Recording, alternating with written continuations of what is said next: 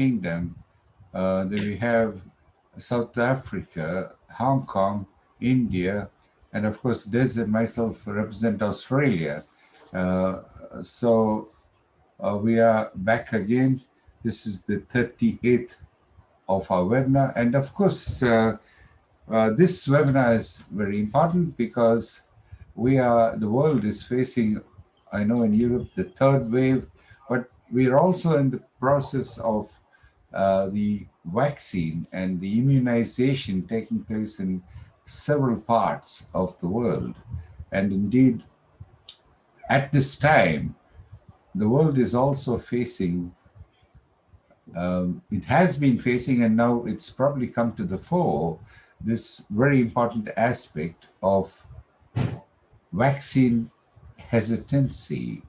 And vaccine hesitancy stems from a number of areas, a number of reasons.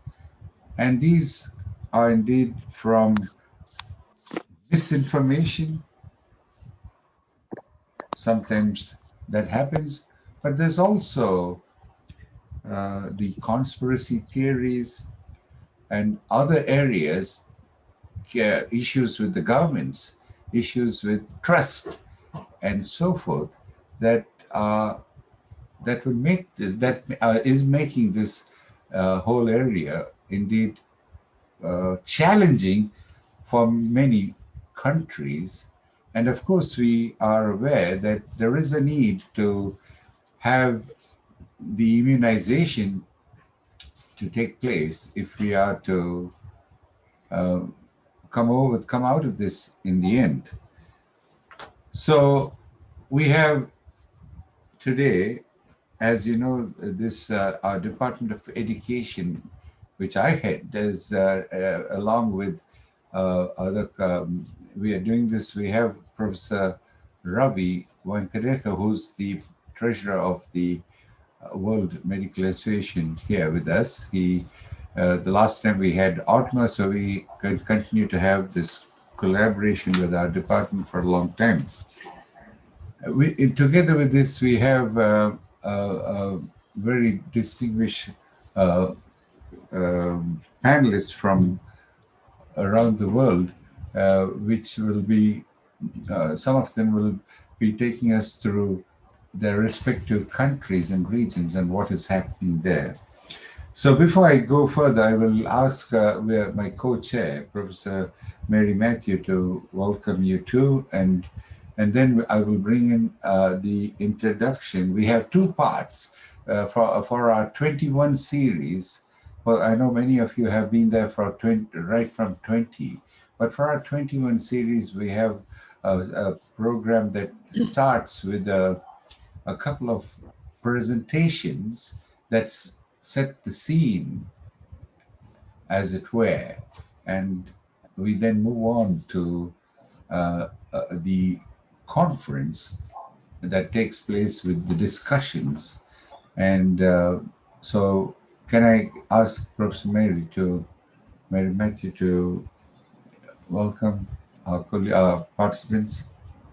Thank you, Dr. Russell, and good morning, good afternoon, and good evening to all our panelists, our speakers, and our participants. We apologize to our panelists and some of our participants from USA. We realized a little late that there was a change in timing due to daylight savings. So we apologize for that, but glad to know that all of you have managed to join in. So today's is a very exciting webinar, one of the most exciting webinars that we've had. This is the 38th webinar, as Professor Russell said. And there's no time such as this to have this discussion on miscommunication, conspiracy theories, and vaccine resistance.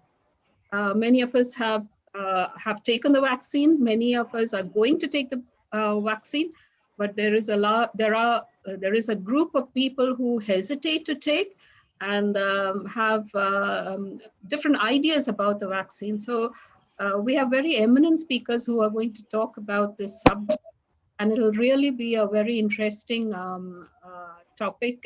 And I request If you have any questions, you can put it in the chat box. And if any of the panelists or speakers have any articles or links that you wish to share, you may put it in the chat box for our audience. So I also would like to welcome Professor Kami. He's, for the past few webinars, he has been with us. Professor Kami, welcome to the 38th webinar. And with that, let me ask Dr. Derek to give the house rules. Yes, thank you, Dr. Mary, and yes, welcome to everyone. It's really good to see all of you and in such large numbers.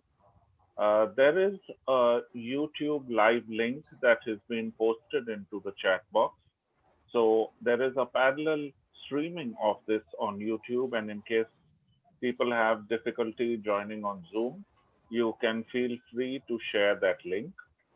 Also, there will be a recording available on the same link later on. So in case due to time issues, if someone is having a problem, again, you can just share that link and they'll be able to view this entire webinar discussion even later on. We request all those who are not on the panel discussion or the guest speakers for the occasion to kindly switch off your cameras. This improves the fidelity of the transmission and makes it better for all of us.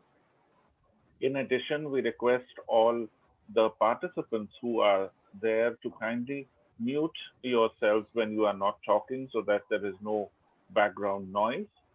And for the participants in general, you can put in your questions or comments into the chat box, and the panel members and the guests and the experts who are here may kindly reply to the questions if you are not speaking or you have finished speaking and you feel you can answer the question or have something to add to the chat box.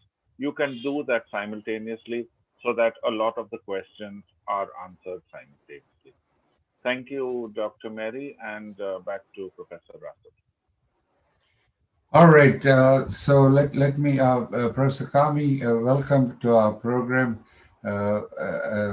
Amnon has been, is the head of the international chair that we have now established, and so welcome there. But I want to also acknowledge Professor Baroness Elora Finlay, who is a council member and been a very important part of my program. So, Elora, welcome to you. I'm not sure if Vivian is also here. Welcome, welcome.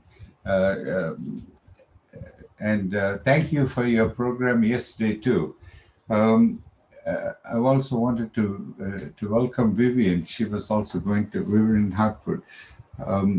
So all our colleagues here, let's start with, we have today two parts, and I'm going to introduce the first part is the presentations. Then we'll come to the second part and introduce these very distinguished, fine panelists who I want to thank first for taking the time, taking some of you early morning. We spread right through the day, and I want to apologize for particularly to the North American colleagues who got, I didn't know that there was a change in your time. And so Andrea and Megan and others and James, they were waiting. So profound apologies for that. So we'll start, I think we're going to have three presenters. Professor Heidi Van Rooyen is the professor at the University of, how do you pronounce that, Heidi? Your university. Can you unmute yourself? Sure. So it's called the University of the Witwatersrand. Right. Very nice. And Witwatersrand. Very fast. Yes, that's in South Africa. And of course, Heidi is going to present the COVID-19 vaccine hesitancy and acceptance in South Africa. And then we're going to have another important and distinguished colleague, Dr. Ego Whitley. Is that right, Ego? Italy. Vitale.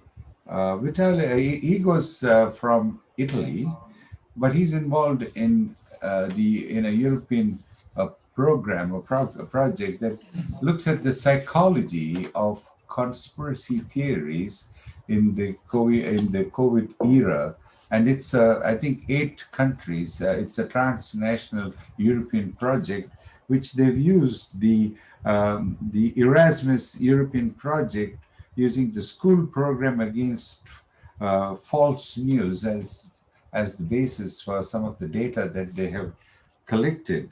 And so he's going to tell us about present some of the data they have from that program with regards to the 8 or so transnational countries in Europe.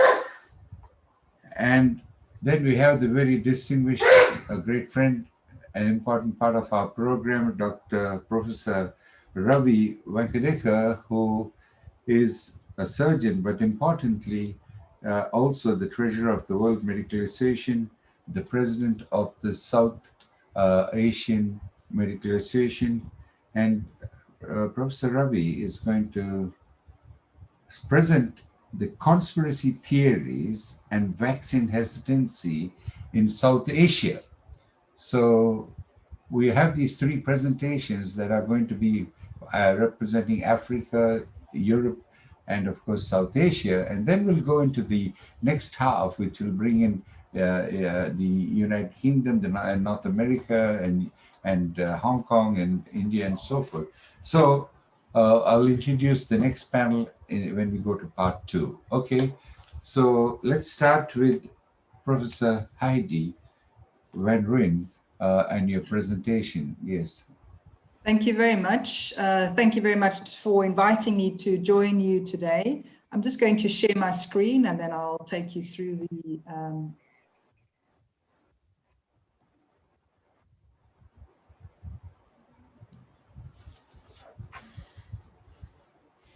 Thank you very much. I'm going to be speaking to you today about vaccine hesitancy and acceptance in South Africa.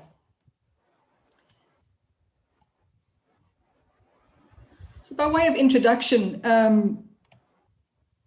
South Africa, the COVID-19 pandemic continues to have significant health, human, social, and economic impact in our country, as it is around the world. As we consider how we could begin to manage the extent of this epidemic in our country, I think most of us agree in our countries too, one of the only ways of us trying to bring this pandemic under control is to get people to understand, to accept, and to take on the use of vaccines. It's really one of our most critical strategies that we have at this point. Now, as a couple of speakers have already said, vaccine attitudes and decision-making and behaviors around vaccines tend to exist on a continuum from acceptance to rejection. Most people are hesitant. Most people occupy that middle space as opposed to being on the either ends of the extremes, or as opposed to being anti-vaccine or the anti-vaxxers, as we call them here and in other parts of the world. Most people are in the middle, are hesitant. Vaccine hesitant individuals are those who are described as a diverse group. They have varying levels of doubt, indecision, uncertainty. They are sometimes mistrustful of the vaccine, and quite a few of them might be unmotivated. So primarily in the talk and primarily in our response in South Africa, we focus our energy and attention on the vaccine hesitant group, not those on the outline, not the anti-vaxxers, not those who are anti-vaccine. We focus on this group who are have doubt, who have indecision, who have uncertainty and mistrust about the virus. Now, since the epidemic started in our country, since about April of last year to date, a series of surveys have been conducted both here and other parts of Africa to try and get a sense of the extent of the levels of vaccine hesitancy in our South African population. The table here in front of you just shows you the 5 or 6 studies that have been done to address this particular phenomenon. You will see, if you look at the slides and the sample size on your left-hand side, and if you look at the data that these studies present, there's quite a lot of variation. Some of them talk about vaccine acceptance being as high as 85%. Some of them talk about it being up to 52%. They have varying sample sizes, as you can see. Not all of them are representative of the general population. Some of their methods are also a bit unclear. But taken as a whole, we often don't have good data from the social science, from a social science point of view. So, but taken as a whole, we're quite encouraged that altogether, these studies tell a really important story about the extent of vaccine hesitancy and acceptance in South Africa. The largest study is the one that was the first one on your screen. It's the one that's done by my organization called the Human Sciences Research Council, together with another university in the University of Johannesburg. And we found some really encouraging results in the survey, a large sample representative of the country. And we find that 2/3 of the population are actually in favor of vaccines. So 2/3 are actually in favor of vaccines. And most of these motivations are about protecting oneself and protecting others. That's why people are in favor, with the desire to protect themselves and to protect other people. But in spite of the information that is out about vaccines in the country, 1/3 of the population remain unconvinced. And this rate of about 30% who are hesitant about the vaccine is higher than it is for most other countries. Some of the views that come up often in all of these surveys around what are the drivers of this vaccine hesitancy behavior in our country have to do with concerns about side effects and about how effective the vaccine is. And some people also distrust the vaccine. If we look at particular sectors, we see that younger people, those with higher education, those who are white from a race perspective, or are disillusioned with government, tend to be less accepting of the vaccine. This finding about those who are disillusioned with government, and particularly the handling of the pandemic or the epidemic, is one that is supported in international literature. What happens at in that political space or political arena does influence individual vaccine behavior. So it's in keeping with that broader picture. This just gives you a visual sense then of the factors that are both driving some of this concerns that people might have that are driving vaccine hesitancy and the uncertainty people might have. You can see on the upper levels those that I've talked about. The two things that the media gives a lot of attention to and everybody talks about is the extent to which conspiracy concerns or views or thoughts about the occult, the extent to which those actually drive some of the hesitancy behavior.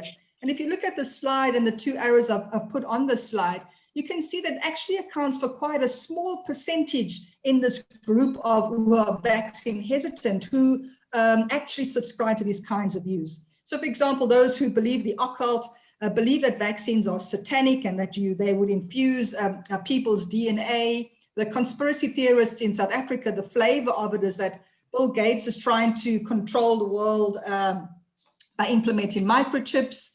That it's again another attempt, and Africans always have this, it's an attempt to control the African population, the vaccine, or Big Pharma has created the vaccine as a way of creating for profit, or that COVID-19 comes from 5G towers. Those are the kinds of extensive thoughts that are circulating. But the important thing here is a small fraction of that hesitant group subscribe to these theories. As we begin to think about vaccine hesitance in the country, and importantly, how do we develop a process and a strategy for getting these hesitant population to take on the vaccine? I mean, I think one of the things that we have in our minds is this recognition that vaccine hesitancy is complex and it's a dynamic social process. It's often multiple levels of influence and meaning and logic that infuse and influence an individual decision or an attitude or behavior around vaccines. This point I wanted just to talk a little bit about is that higher socioeconomic classes view health and risks and decisions as matters of individual rather than as a matter of social responsibility. And we see this in the international literature too. And so any attempts we make in the country around promoting vaccine as being for the social good or for the collective responsibility for others tends to come up in conflict against these who hold these much more individual views or have strong views of their own kind of liberties. They feel that these much more collective approaches do this for others, conflicts with their own views about being individual and making individual decisions around your health. We see, though, on the other side, also quite a lot of people who do subscribe to that view, who hold and believe that it is in the interest of myself and others. I do this not only for me, but also for you. This concept of Ubuntu that we use in South Africa, that there's a collective responsibility I have, and so I'm going to take that vaccine because it's better, not just for me, but for you. And we see these views in much more lower socioeconomic groups, rural areas and townships. Rather ironically, those are the very groups that are most impacted by this virus and have these much more social responsibility kinds of views. So I want to end my presentation by just talking about, I sit on the advisory council that advises the South African government on COVID-19. And I want to just talk a bit about how do we think that we can, what's our strategy for trying to deal with hesitancy in the country? I think one of the key things we're trying to do as we advise the government on what strategy to take on is we want to kind of go with the good news. And the good news is actually 67%, roughly 2/3 of the population are supportive of this vaccine. And so we want to go with that positive message and say the strategy must focus on how do we convert these positive attitudes into vaccine action? How do we get those who are positive and willing to take the vaccine? How do we get those feet actually moving towards becoming vaccinated? So that's the one hand, emphasize that positive. But at the same time, we have to find ways of addressing these concerns that those who are hesitant, reluctant, and distrusting still hold. So it's a two-pronged approach. And we think that there need to be three broad areas in which some of this action must happen. Firstly, around the area of vaccine literacy. And we need here education campaigns, public health communication, and messaging that focuses on legitimate worries and are responsive to people's concerns. Concerns about efficacy, concerns about side effects. It must build these education campaigns must build people's confidence in the safety and the efficacy and effectiveness of vaccines. It does seem when we look at the data that we need to have targeted strategies for certain population groups. And so younger white people, educated middle class, we might have to kind of shift and adjust the message so that it speaks to particular concerns that those segments of the population might have if we are to win them over and get them to be taking the vaccine. And I think the really big important point for us as we give this message to government is that the approach requires a whole of society kind of approach. Government on its own, trying to kind of lead this effort without the support of civil society, community-based organizations, non-governmental organizations, faith-based organizations, is just not going to work. It needs a whole of society kind of response to get to the 67% to reach this population level immunity that we require in our country. It needs a comprehensive communication strategy, and we're saying there are a couple of things that the strategy must kind of adhere to. Be open, timely, it must manage this information, must be balanced and transparent, must address adverse effects and the evidence gaps as they exist. And also some of the uncertainties around vaccines. We think if you do this in a way that's transparent and open and balanced and talks to these kinds of misinformations and concerns, we have a greater chance of kind of mitigating against some of the potential crises in the rollout. We can enhance public trust and build greater confidence and acceptance. We do think that this communication approach requires ongoing engagement. Attitudes and behaviors are shaped by our personal and social circumstances, but they also can change over time. And so there's not going to be one kind of communication strategy that's going to fit all of the kind of time period that unfolds now as we try and get 40 million South Africans to take up this vaccine. So we have to kind of look at where people are at and how this might be shifting and changing. We also must recognize a really important thing, and I think it's one of the mistakes we've made around the world and in our country too. We kind of have focused quite a lot on facts and information. In and of themselves, facts and information are important, but we often forget that people mediate or make sense of that fact in the context of their culture, their personal background, their religion, their political leanings. And if we are going to kind of work at the level of facts and information, which is necessary, we must also take these other filters by which people hear, by which they make sense of things, and which form and shape their beliefs. If we don't, we'll be missing people with our messaging about vaccine hesitancy. And the third thing we're talking about is about creating an enabling environment, creating a context and an environment in society that's going to be supportive of vaccine uptake. And this needs strong evidence-based leadership to drive demand and to shape attitudes. And we think these leaders exist in all sectors, from government to civil society, influential political, faith, and cultural leaders. And these groups must be talking about the practicalities as well as these concerns about safety and efficacy and effectiveness. An important thing we are saying in South Africa is that we can't just focus on a message around vaccine acceptance only. We must also continue to emphasize the need for adherence to non-pharmaceutical interventions, as these are really important as we move into this next phase. And to create wide-scale uptake of vaccines will require community involvement and participation. Often, again, I think in our response, it's often felt like on the top end, those of us middle class enabled, talking down to people and communities on the ground. And we know and recognize that we have to be better at having from the ground up responses that include communities where they are and get them to influence and shape and create this vaccine. And that's good timing because that's my last slide. Thank you, everyone. Thank you, Heidi. So we had the presentation that looked at the COVID-19, the vaccine hesitancy and its acceptance in South Africa.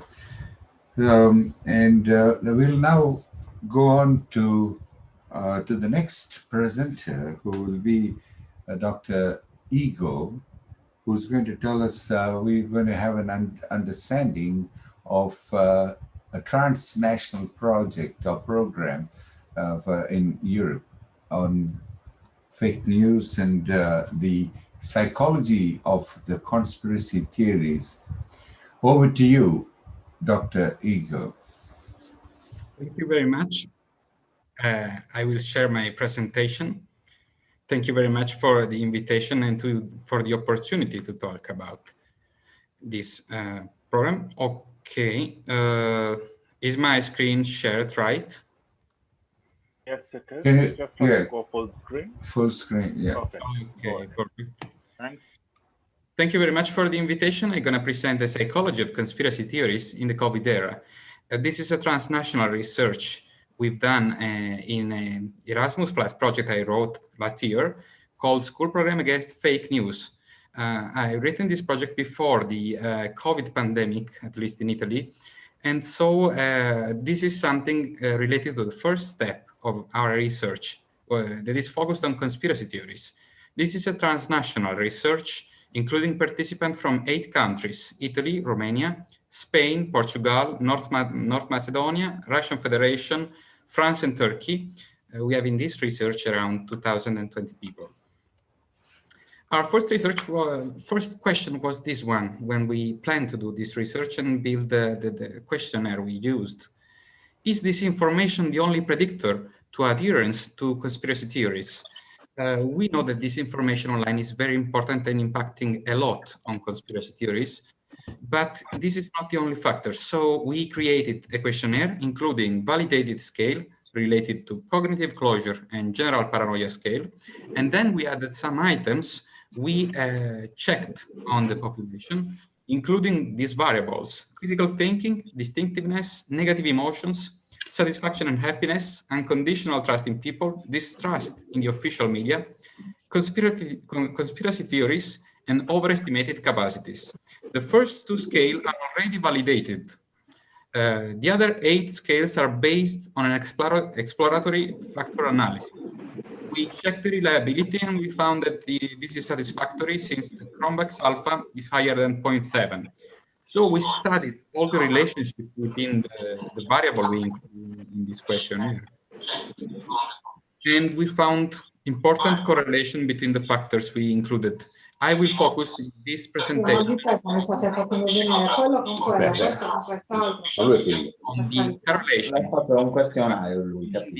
May we request Dr. Derek to kindly mute the participants? Per sentirlo, no, risano dal mio, non fa. Thank you, sorry. The sample we have is not representative.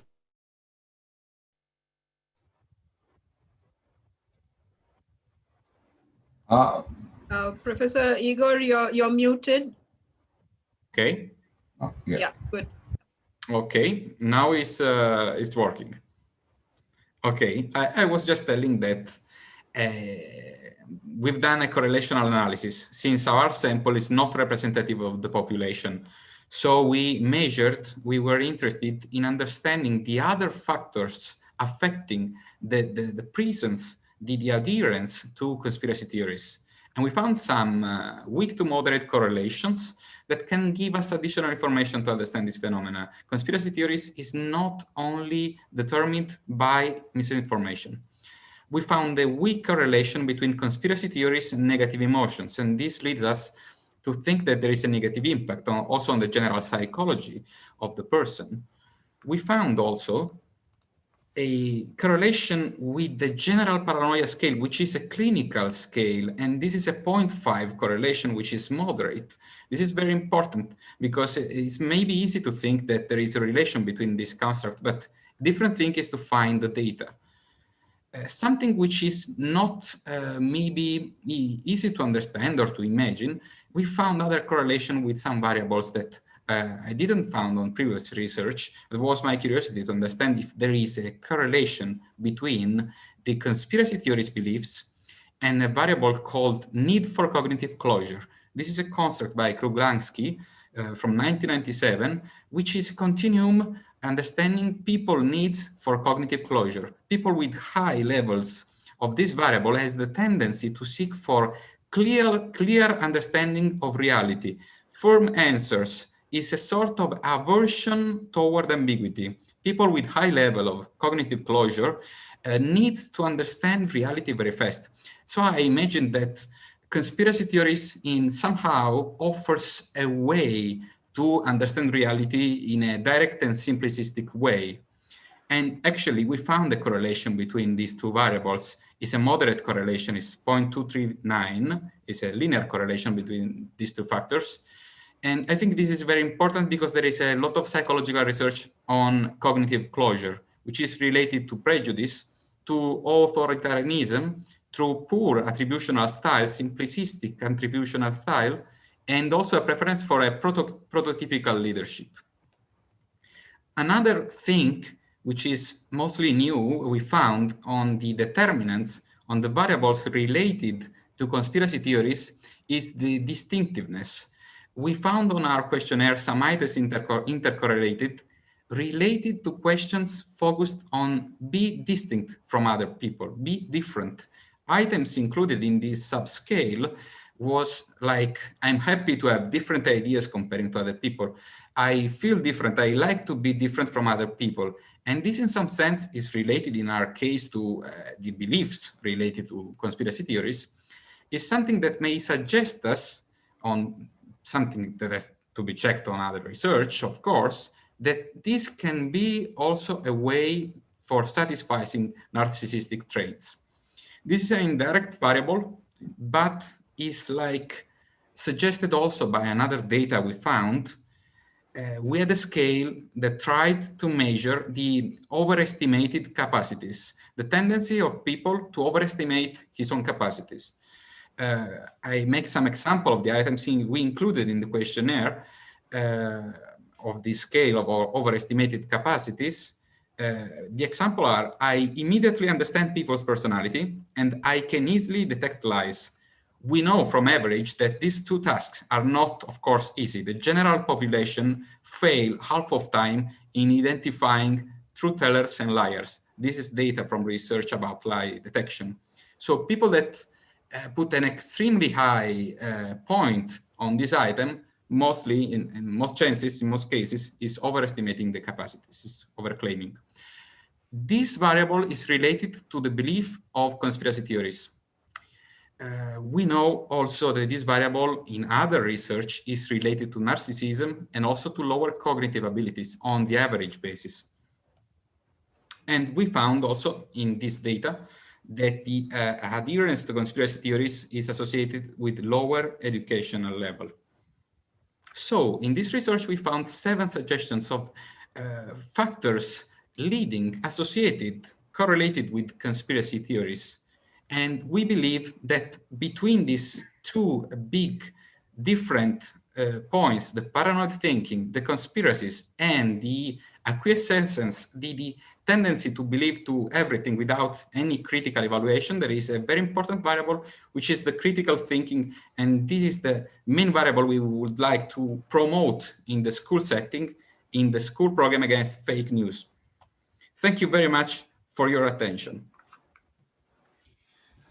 Thank you, Igor. That was a very nice presentation because you also brought in some data, but more importantly, it covers a number of countries in Europe. And I think it takes East and West. You've covered both aspects. So that's very interesting. Sets the scene for our next section, which is going to be, Dr. Mary will be bringing us a good discussion from all the areas. So thank you very much for that. And now we'll have the next presenter is going to be none other than Professor Ravi Vakdekar, who is not only a professor of surgery, but also the treasurer of the World Medical Association, the president of the SAARC Medical Association, or the South Asian countries. And he's going to present the conspiracy theories and vaccine hesitancy in South Asia. So we have Africa, we have Europe, and now we have South Asia. And this will set the scene, as it were, for the next part, which will be the discussion which Professor Mary is going to moderate. So over to you, Professor Ravi.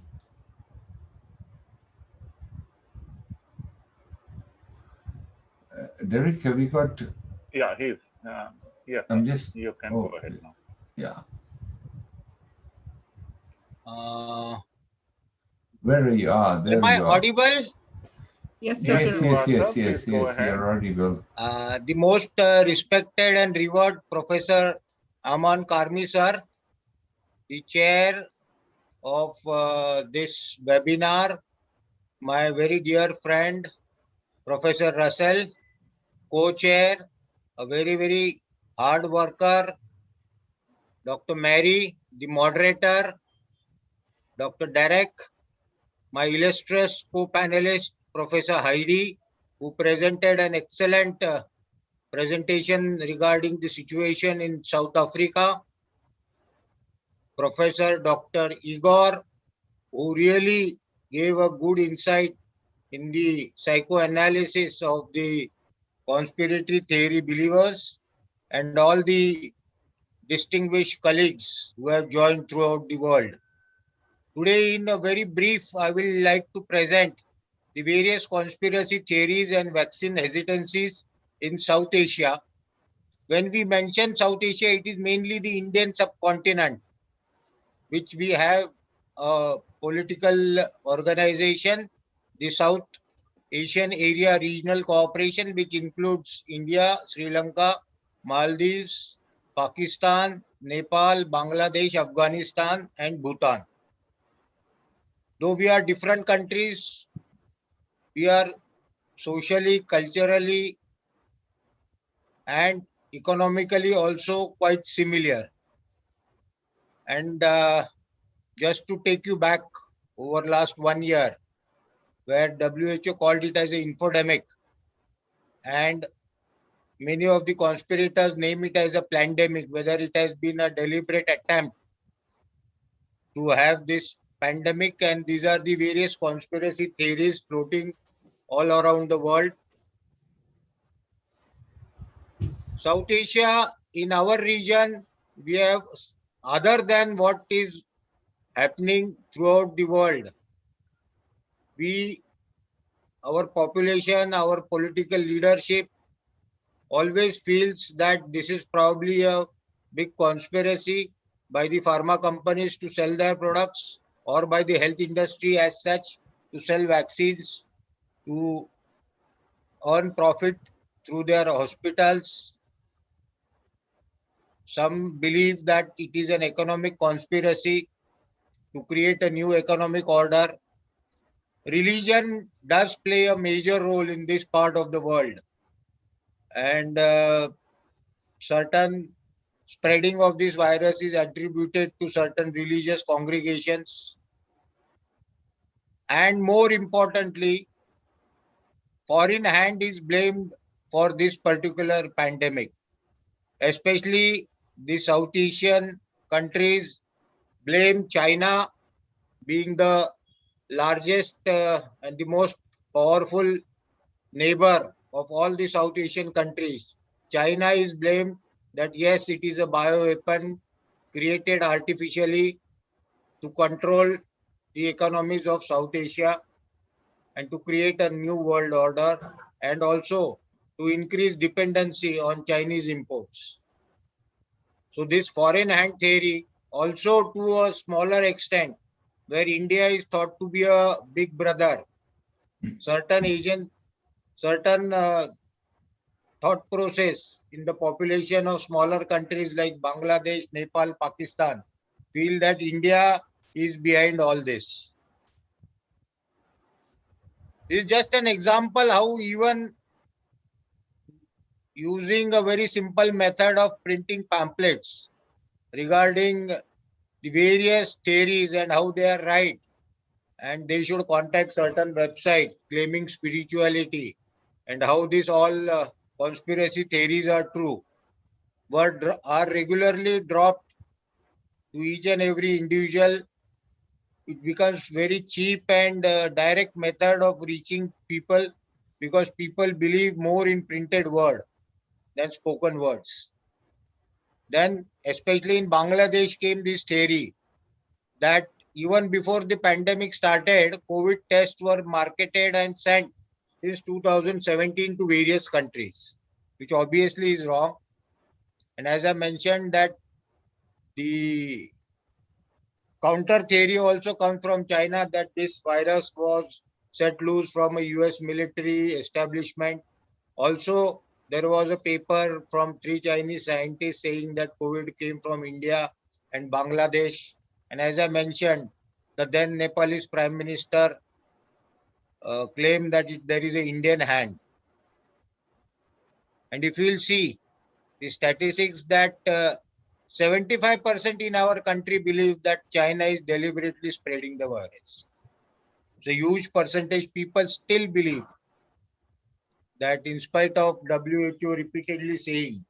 But again, it doesn't help. It is certain ambiguous statements, even from the top world body, creates more and more confusion.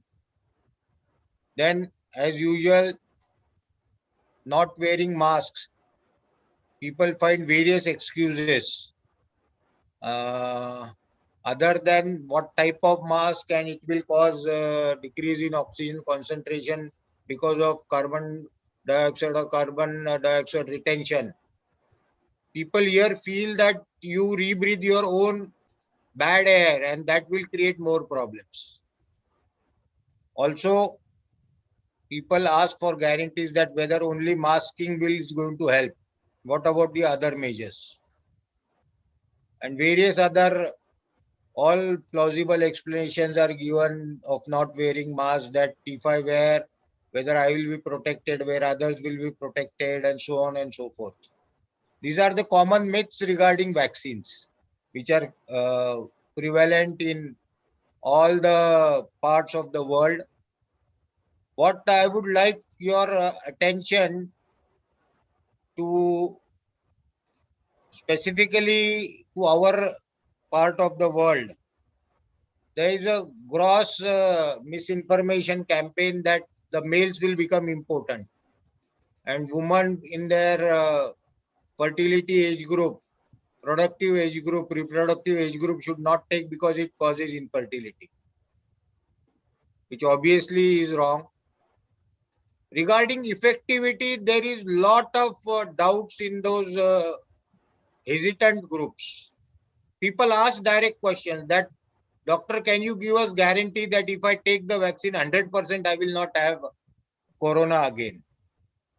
Or which type of vaccine and how much effectivity? Various studies come out saying that this is 90% effective, this is 20% effective, especially now that newer strain, South African strain, Brazilian strain, UK strain, whether they are going to be effective against them or not. All these things regarding effectivity cause a major issue. Microchip has mentioned that this is another conspiracy by Bill Gates. Another raging controversy which started probably deliberately was that to encash upon the religious sentiments that this has animal products, especially pork fat for the Muslim population and beef fat for the Hindu population. And this is also creating a great problem.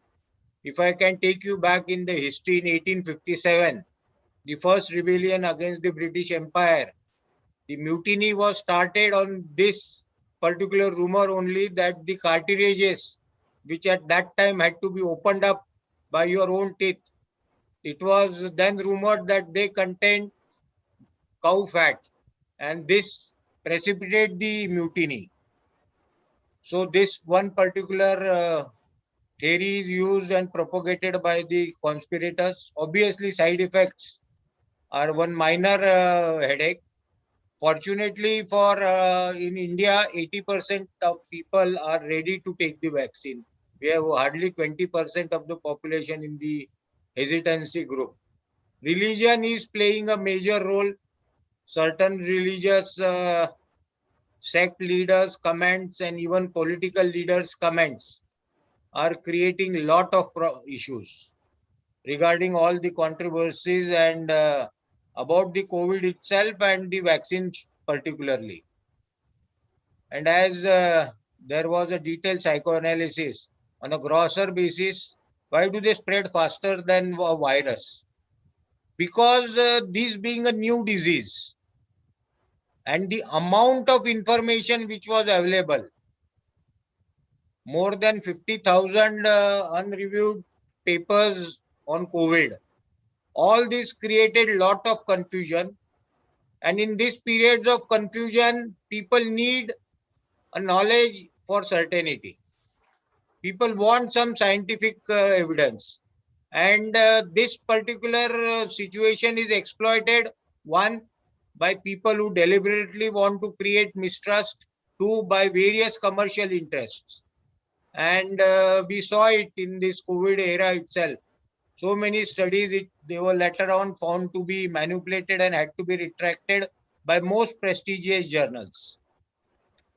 Leaders, political leaders, for their own political purposes, making false claims. We had one of our central ministers stating that this is a Chinese conspiracy.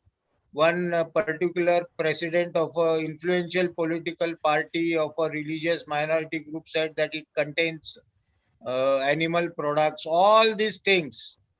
Someone claiming that it does cause impotence.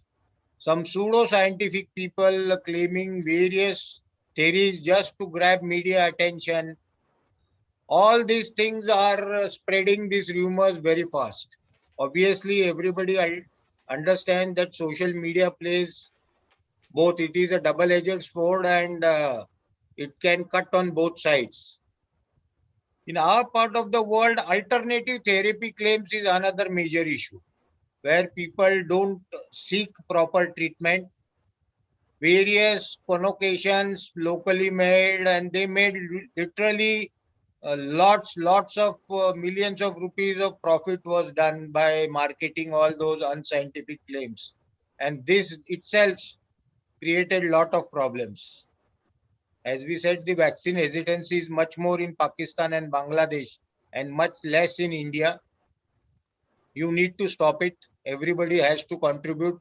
And even today's webinar is a very major part of it. And I should congratulate the entire bioethics unit for having covering this topic, because vaccine misinformation is one thing which needs to be countered scientifically.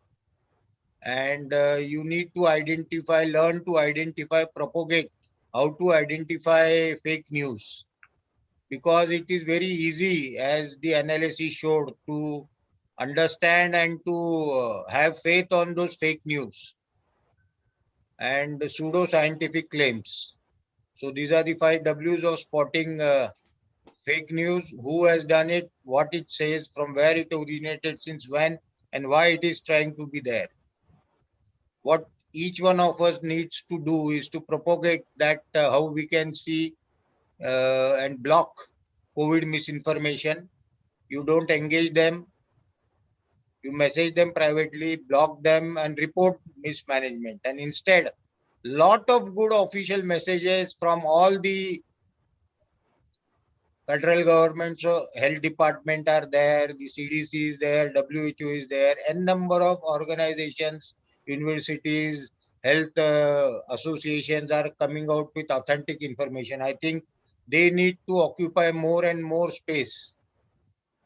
Even the media trying to sensationalize, unfortunately, the various false claims, or even they don't understand that what they are promoting, some pseudo-scientific study without any peer review, they are promoting and just to grab headlines.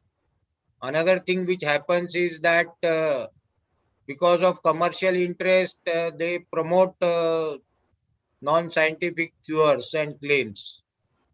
So it is the duty of all the health activists to see to it that proper information is given. Of late, last 2 months since vaccination has started, the adverse reactions of vaccination have taken front pages, and that is creating lot of problems. Some death somewhere occurs, and that is without even verifying whether it was due to vaccination. It carries on the front page or in the prime time on television. Similarly, the adverse reactions are highlighted. The reinfection, even after 2 doses of vaccination, are highlighted. So at our level in India, through our Indian Medical Association, we have created a pool of experts, a task force, and also all the health journalists of all the major channels and print houses. We have formed a group, and whatever information they need, we have provided them helpline to cross-check with us. And we regularly give out scientifically proven information on various things happening. So this is how the government also tries to do to come out with things which will counter such things. The leaders in this area are trying very hard by setting an example. Our Honorable Prime Minister, Shri Narendra Modi himself, came out and spoke about the rumors regarding vaccine. He was the first person to undertake Made in India vaccine, and thereafter all political leaders, all community leaders publicly not only took vaccine but posted their experiences on various social media, and that created a lot of faith in the vaccination program of the government. Similarly, the Grand Mufti of Saudi Arabia, which is a very, very good step, and we should really congratulate them, that the upcoming Ramadan, which starts next month, he has clearly come out with a directive that vaccination does not invalidate your fast. So that is also a very important statement. I think such a statement by the leaders, may it be political or bureaucratic leaders or community or religious heads, go in a long way. As very rightly said by my esteemed colleague Professor Heidi, that other than, no doubt, scientific data is important, we should also appeal through the considering their religious and cultural beliefs. Friends, lastly, no vaccine, you will see that 100% there will be death or severe disease, but vaccine will reduce disease, that is for sure. Vaccines save lives. Let us all propagate that. Please don't hesitate and let's vaccinate. Thank you very much for your patient listening. Thank you, Dr. Ravi, and for that bringing in what's happening in South Asia and indeed all those countries. So now we're going to thank you very much, Ravi. So we'll now move on to the second part, So besides these distinguished panelists who presented from South Africa, Heidi Van Rijn, Dr. Igor from Italy, and Dr. Ravi from India, we're now adding to this distinguished panel, Dr. Andrea Kita, who's the associate professor at East Carolina University. She's also a folklorist, and she's going to be the panelist representing the United States of America. And we have Megan Douglas. Dr. Megan Douglas is a consultant educating counselor from Canada, and she will be telling us and representing from Canada. And finally, we have the very eminent Miss Felicity Bennis, who is the co-chair of the Scientific and Technical Advisory Group for Wales in United Kingdom. So when we bring, and then we have Professor Sridhar Siddharth, we call him Sid. He is a clinical professor, a clinical virologist from the Hong Kong University, and he will be giving us the information of what's happening in Hong Kong, China. So with this, I will now invite Professor Mary Matthew, who has been with me moderating and taking this the last 37 or so, along with Derek, webinars. And so we're going to enter to the second part. So over to you, Professor Mary Matthew. Thank you, Dr. Russell, and I'd like to thank the speakers, Professor Heidi and Dr. Igor and Dr. Ravi, for a beautiful presentation. It actually brought clarity to what we are talking about today. Now, before I go to our additional panelists, I would, may I request all the speakers to switch on their cameras so that our participants may see all of you. And is Professor Heidi here, or has she left? Because I'm not able to see her. Is yes. She's there. Okay, so I just want to compare. Professor Heidi, you said in your presentation that the educated and the white population educated and young and the white population are more hesitant to take the vaccine. Whereas Professor Igor said the lower the education, the more is the hesitancy to take vaccination. Am I correct, Professor Igor, what I said? Yes.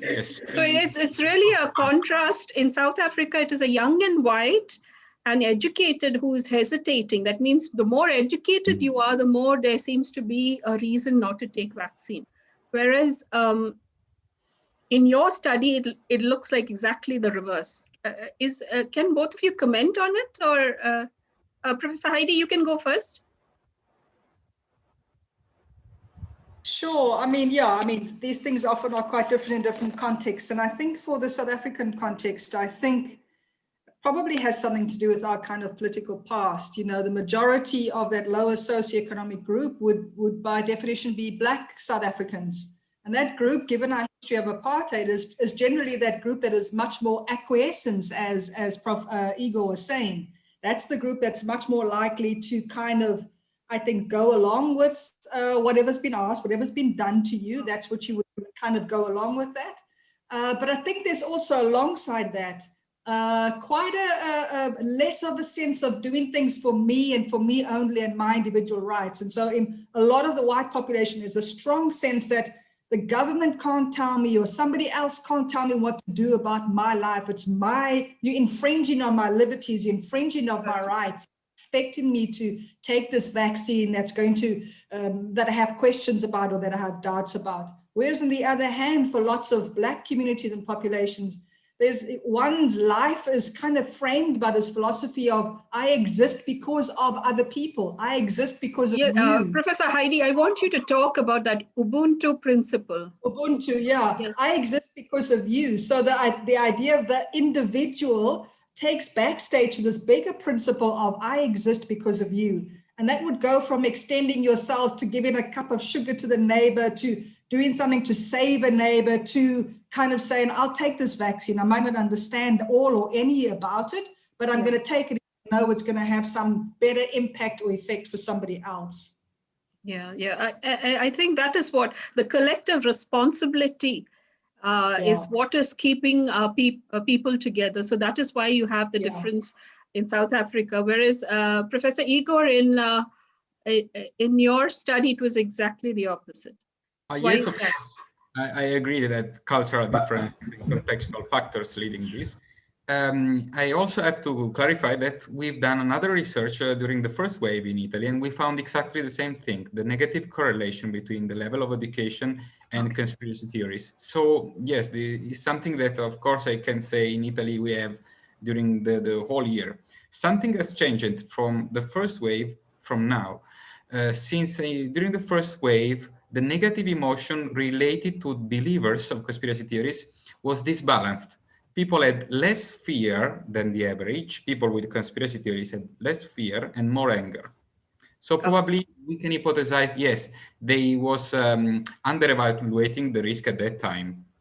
Whereas during this period, when we taken that months ago, there were only negative emotions in both cases. So something changed also from the first to the second wave.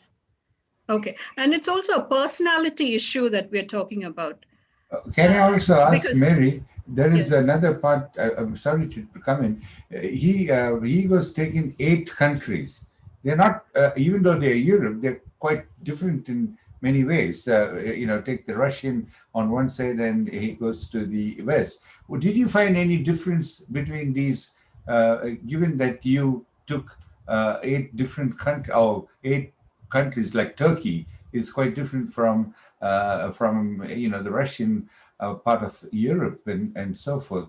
Did you find any difference? Yeah, because there's a religious context also coming in. Yeah. The sample from some countries was not big enough to make some reasonable comparison to say, okay, this is representative. The biggest sample was the Italian, which is the half of the general sample, is 1,000 people. And on the other hand, we had some countries having 50 participants. So I think was not exactly perfect to do the comparison. But did you notice any variation between countries? Maybe we may not get. We didn't perform the analysis of variance between the countries for this motivation. We may have disbalanced variances between the samples. But yes, it's what I can say. I can be more accurate on data from Italy because the first research I mentioned was only Italian, and we had these standards. Yeah. So it looks to me like as if this principle of autonomy is seen throughout in the white population. Can I make that assumption? Because even in the USA, you have the same thought process saying the government cannot tell me what to do. I should decide. And it looks like the same thing is happening in South Africa, whites, and probably in the Europe and in USA. Would you agree to that? Yes, it's probable that with the other transnational comparisons can allow to understand this better, I'm sure. Okay. Dr. Mary, can I just come in? Yes. I entirely agree with you. This sentiment was seen right from the beginning, not only in USA, but in all other countries also. And as very rightly said by Professor Heidi, we in India also have culturally we say Vasudhaiva Kutumbakam, means the whole world is a family and we need to help out each other. And that is probably reason that vaccine acceptance and the great experiments of vaccination leading to eradication of smallpox and polio in our country is really helping to decrease the vaccine hesitancy. Thank you. Yeah, that's true. Because Dr. Ravi, I did want to come to you because India has a history of producing a lot of vaccines, and also we are used to taking a number of vaccines. I think if you look at our hands and thighs and all, we are vaccinated for practically every disease possible. So vaccine per se may not be, taking the vaccine per se may not be the problem. But the why is it that only this vaccination became a problem? Yeah, very true and a very right question, Professor Mary. As you rightly said, culturally, historically, if you'll see the example of smallpox in mid 18th century, the Raja of Travancore himself gave it to his daughter from your own state and created an example. So we are well used to it, vaccination. But this particular disease, being a new disease, and so at that time there was not much of information explosion. Today we have the maximum number of mobile phone users, and everything is available on click of the button. So this misinformation campaign can reach to a great extent, and not to have any discrimination or any undermining. Certain religious groups since long are not in very much favor of vaccination. So that is one reason. Thank you. Yeah, I remember, because when it came to measles vaccination, there was a rumor circulating around, just like for COVID, saying that children who take it will become sterile. So the same thinking is going again and again when it comes to vaccination. But right now, as of now, we are seeing that the educated population in India, there's not much of hesitancy. But the test will be when it is offered to the general public. Yeah. Professor Ravi, thank you. But before I go to the other speakers, because we are comparing and contrasting countries, Professor Rizwan Taj is here. Professor Rizwan Taj, are you there? If you could unmute Professor Rizwan Taj, he's from Pakistan.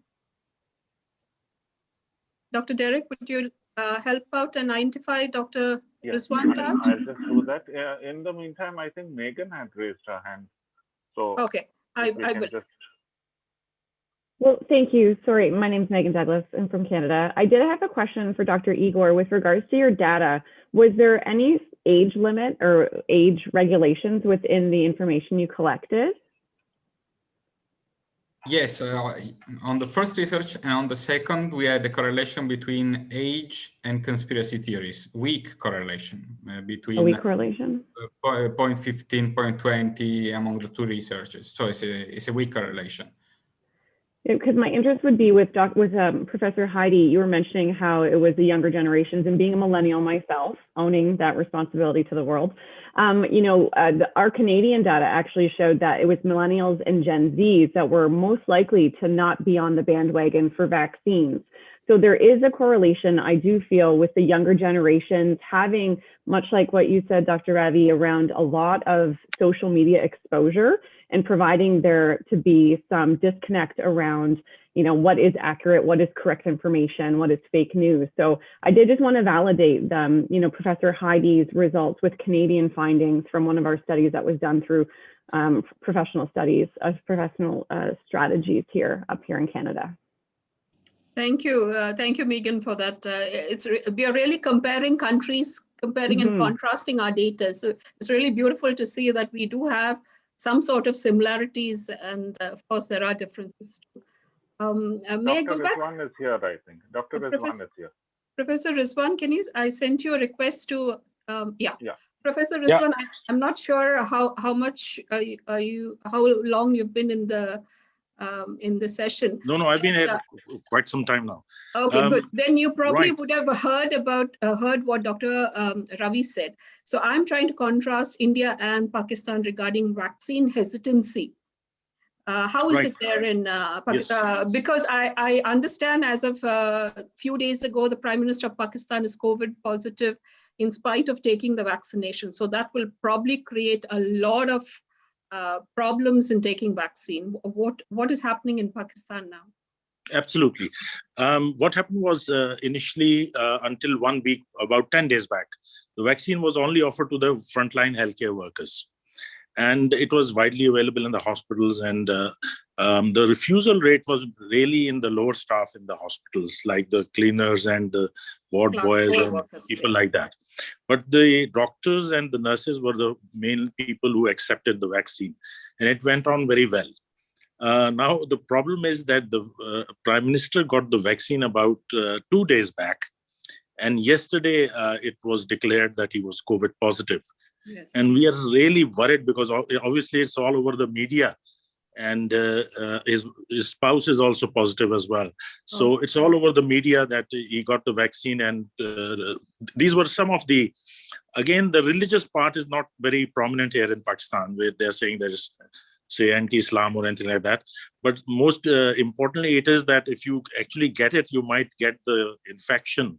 And there are a lot of examples quoted where they mention that he or she got the vaccine and then a few days later, he became positive. So I think that is the main reason, but we are really worried about the backlash because of the Prime Minister becoming COVID positive.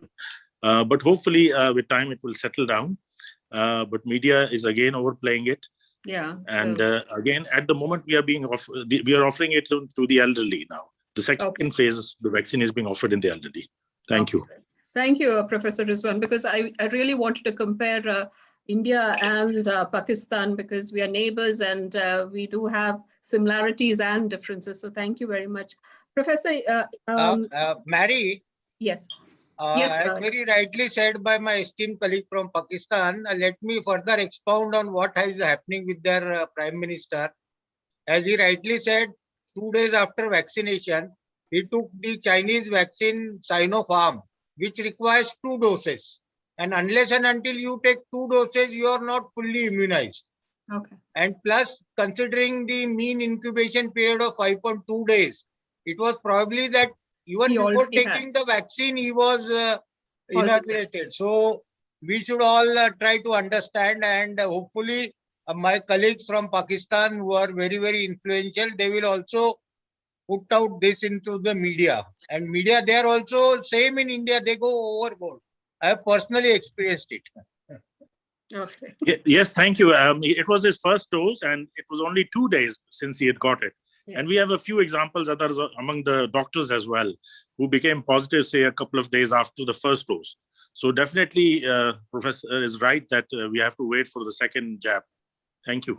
Yeah, thank you. We'll come back to this. I'll go to Dr. Andrea Kitta. Dr. Andrea? Thank you. I cannot see you. Yes, I'm right here. Okay. Dr. Andrea, please explain your what you do, because that is very interesting. And I want the audience to know what is the connection between what you do and what folklore. About this. Yes, yeah. I was very keen to know that myself. Yes, absolutely. So yes, I'm a folklorist. I'm in Eastern North Carolina. So that's in the south of the US.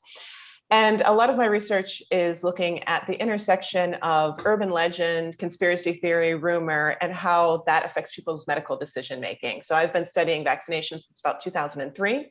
Of course, been looking at what's been happening more recently and seeing how that influences. And it's really interesting hearing all these conversations because there's little bits and pieces that I can pick up of what's happening around the world as compared to what's happening here. And we're also seeing, one thing I actually really wanted to say to begin with is we can't confuse education level with being intelligent. So those two things are not necessarily hand in hand. That's a very good point that you've raised, Andrea. Thank you. Yeah, absolutely. And I think that happens, especially here, we're kind of seeing a little bit of what everyone's saying. We're seeing that especially older white males who are educated are not being vaccinated, but this of course has a lot to do with our politics as well in the US. And we're also very concerned about college students. The US has a lot of universities and people travel pretty far to attend these. So the spread that we saw, especially in the fall, was incredible, especially when we look at the rural versus the larger communities. So a lot of people were living in rural areas, came to larger cities where the colleges and universities are. Most of them attended college, university for about 2 weeks, and then we sent them all home because it was not a great idea to have in the first place. So then they actually brought the diseases back. So they brought COVID back to their smaller communities, which was a very big problem across the US. So we're also concerned too with college students because they, of course, when you're younger, you think that you're invincible. You're not going to be bothered. That's and of course, so all the true. That is true. And although the data is showing too that, of course, that they're probably the most likely to survive COVID, so they're not as worried about it. So getting them to social distance, to wear masks, to not gather in large groups has been really difficult in a lot of different places. Right where I am right now, as soon as the universities open, there's a 400-person party, which is the exact opposite of what we wanted to happen. So it's that, Andrea, is a global phenomenon. Absolutely, absolutely. So, and I think that's, we're also putting a lot of the onus on them not being 20-somethings, instead of the onus on the universities as being the places that shouldn't have opened in the first place, causing these problems. So there's a lot of structural problems in the US as well. Same with a lot of people not taking off time from work because we simply don't have the policies in place to allow for that. And so many people, of course, need to work to survive because of just the way our economy is set up. So there's been a lot of issues surrounding that as well. So a lot of people have gone to work sick because they simply would lose their houses. They can't afford to not go to work. So this is also a large part of the problem that's happening in the US. But yeah, it's very interesting as a folklorist to look at all these things because I can see a very long trajectory from some of these concerns, like we mentioned Bill Gates and the vaccines, the idea of there being animal parts in vaccines. All of this actually ties to a very old urban legend that's known as the blood libel legend. And we can actually trace that all the way back to Chaucer wrote about it. So it's a very, very old urban legend that really kind of has a lot of very destructive notions in it, especially surrounding things like where you're from, what ethnic groups you belong to, this idea that there are people trying to take over the world, and primarily in this legend, it is people of Jewish descent that are trying to take over the world. So it is a very racist legend to begin with. So seeing how long that this racist legend has lasted and how we still see influences of it around the world is actually really quite disturbing as someone that's been studying these things.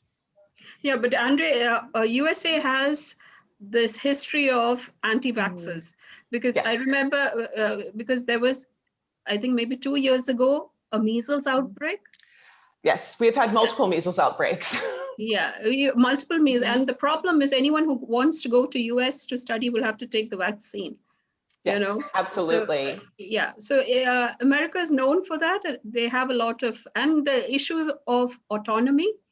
That nobody dictates terms to me. So that is also very important. And then the question of, young people thinking they're invincible, which is the same even in our university here. We still, in spite of having strict rules, they're all without masks and partying, like you said. So I think it's like a universal phenomenon. Thank you, Andrea, for your contribution. You're welcome. Thank you. May I go to Felicity? I'm sorry, I think you had to wait for a long time, but I'm sure you're listening to the stories because they're very interesting too. Yes, I am, and thank you. I'm particularly interested in Professor Kitter's considerations about the sort of pre-sapient development of conspiracy theory as a survival technique. We know that we evolved to detect conspiracies that existed against us in order to survive, and the development of that, the things that we spot to identify conspiracy feeds naturally into our desire to tell stories. So it's so very easy. Just for the audience to know, Felicity is from Wales, so that we get the perspective. So yeah. No, you've been introduced, but I'm just, we're going back and just. I'll do. But still, that's United Kingdom. She's still part of one part of United Kingdom. Yeah, but probably Wales has a lot of folklores, if I'm not mistaken. Well, in fact, I grew up in Hong Kong. Oh. So it's difficult for me to feel that I'm from anywhere except Hong Kong, but I have a British passport, and there's a very rich folklore running through the whole of the UK, and Wales is known as the land of song because of its Celtic folklore. So yes. So yeah. But so, what are your findings? Is there anything you'd like to share with us, Felicity? You said you have done a lot of study. Yeah. Sorry. If I may, I have a very short presentation. Yes, If I can share my screen. Yeah. So now we see if this works. Yes, and I'd be grateful if you tell me whether you can see this. Yeah, we can see it. We can. Yeah. Okay. Right. So let's see now if I can skip.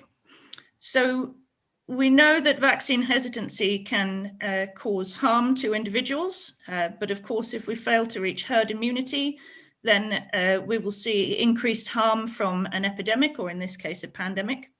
There's also a danger that there'll be an increase, in inequalities that already exist, both health inequalities and social inequalities that exist within any country. And we know, because we've seen already in terms of coronavirus, that if we keep a high level of infection, we're more likely to see successful variants that escape the immune response, ultimately leading to a degradation in the benefit of the vaccines that we've already created. So it's a bit of a race against time to understand the behavioral insights. And I was really interested earlier, this is a global web index that was created. There's a lot of information in it, but I'll talk through. Basically, there aren't just people who will and people who won't take the vaccine. There are people who support all vaccines. There are people who are hesitant. There are people who are vaccine obligated, which means that they will only take a vaccine if it's necessary for work, for travel, or for school. And then amongst the people who are more skeptical about vaccines in general, and the COVID vaccines in specific, there are the anti-vaxxers. And one of the things that I found interesting in the global study was that anti-vaxxers tend actually to have above average postgraduate degrees. And although they tend to be quite prone towards anxiety, they are amongst the most likely to go forth and seek information from other sources. So they tend to be much more susceptible to the conspiracy theories that encourage a complete answer, where science only ever gives a semi-complete answer. And it's tends towards both the very young and the older group, whereas the group who are in the middle of the age brackets between about 30 and about 60 are much more likely to be accepting of a vaccine, even when they're hesitant. But we know that there's a difference with a novel virus compared to an existing virus, where we've had a chance to build up a social understanding of the safety of a vaccine, even though there's been cases where that hasn't happened. But when we've got an increase in uncertainty because we don't know enough about the virus itself, then existing conspiracy theories can actually prevent the evidence-based narrative from gaining traction in society or in a part of society. And to speak to the point that Olivia made in the sidebar, trusted organizations, whether governments, whether groups of scientists, have to quantify their hesitancy. Conspiracy theories don't have to do that. So they can offer something which they can say, this is true. But we will always say, we can see that an amount of harm is reduced between this much and this much, but we have a low confidence because we've only seen one peer-reviewed paper, not a multitude of them. And using the probability yardstick is something that grounds the trust that we see in science from society, but it also means that we're somewhat at a loss until the body of evidence comes to support it. And because we're getting new evidence constantly, and because we're seeing variants constantly that lead to a change in our understanding, our science communication has to change constantly, and some people can see that as untrustworthy. Other esteemed colleagues have already talked about the vaccine myths, from traditional ones through to more exciting new world ones. I was very pleased to discover that it would contain 5G. I've actually had my first dose of the AstraZeneca vaccine, and I have not noticed any improvement in my 5G reception as a result. So disappointingly, I don't think that one is true.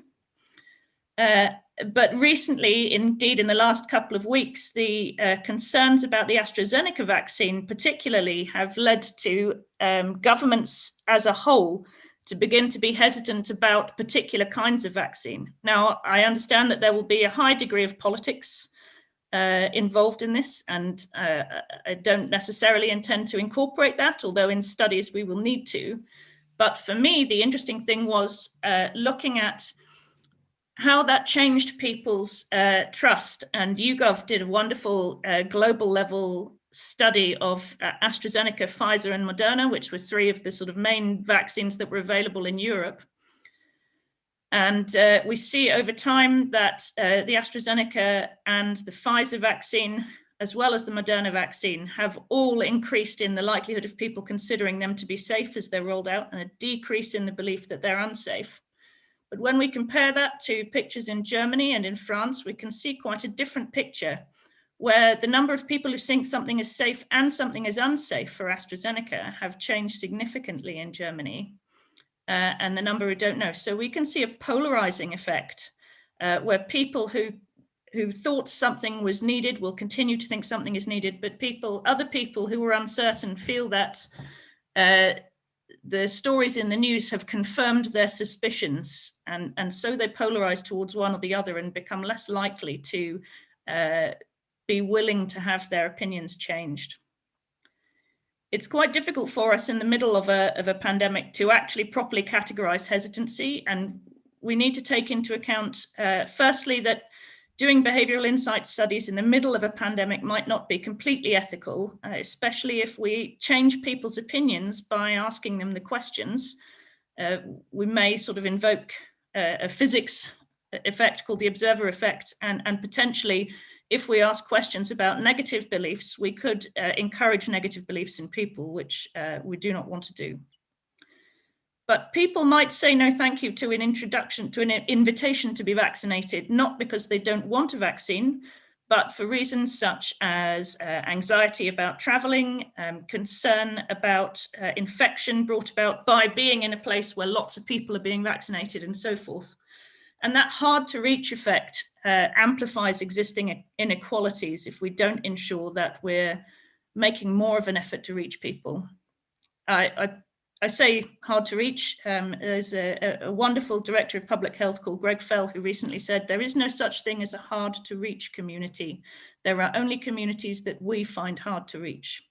And harking back to some of colleagues' earlier statements, there is a real danger that because of the likely makeup of the clinical specialists and the government specialists who design the rollout for a vaccine, it will be heavily skewed towards ensuring that people of middle class or higher socioeconomic class are well cared for. And we say that there are communities not well represented, for instance, within the government or within the health service, are hard to reach. But in Wales, we've studied quite hard, and indeed, recently, we've already completed our first studies of the equality of coverage of COVID vaccinations. So everybody, regardless of their ethnicity, of their gender, or of their socioeconomic group, has been allocated a vaccine according to the primary concern, which is age. It was decided that since we knew there was an effect on severity of disease, but not on transmission, that we would allocate vaccines to people who were most likely to die if they became infected. And overwhelmingly, that was people who were older. But even in people who are older, we've seen that people who are not Caucasian, not UK white, have been less likely to take up their offer of vaccination, which is hugely concerning because there is also a higher likelihood that they will die through natural inequality, well, through the pre-existing inequalities. And we've also found that adults who are in the most deprived socioeconomic status are far less likely to have taken the vaccine than people who are in the least deprived quintile. And just to show you that, I would highlight the people who are Welsh but who are of Black origin.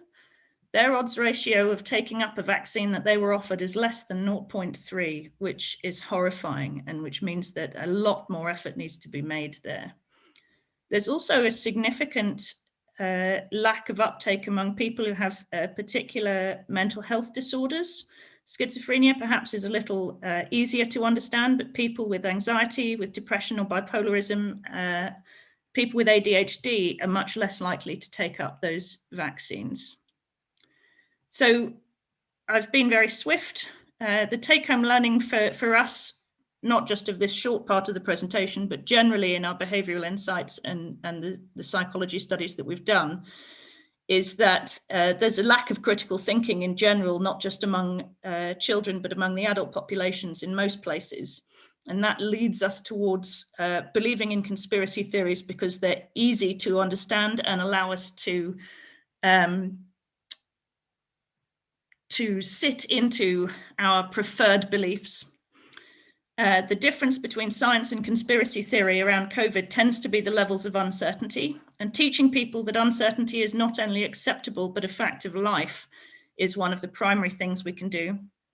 We know that vaccines can be linked to personal and population well-being, but we need to explain to people that taking the vaccine can be good for them in terms of not dying, but it's also good for the population, because if enough people take the vaccine, then we can start to live the life that people would like to lead.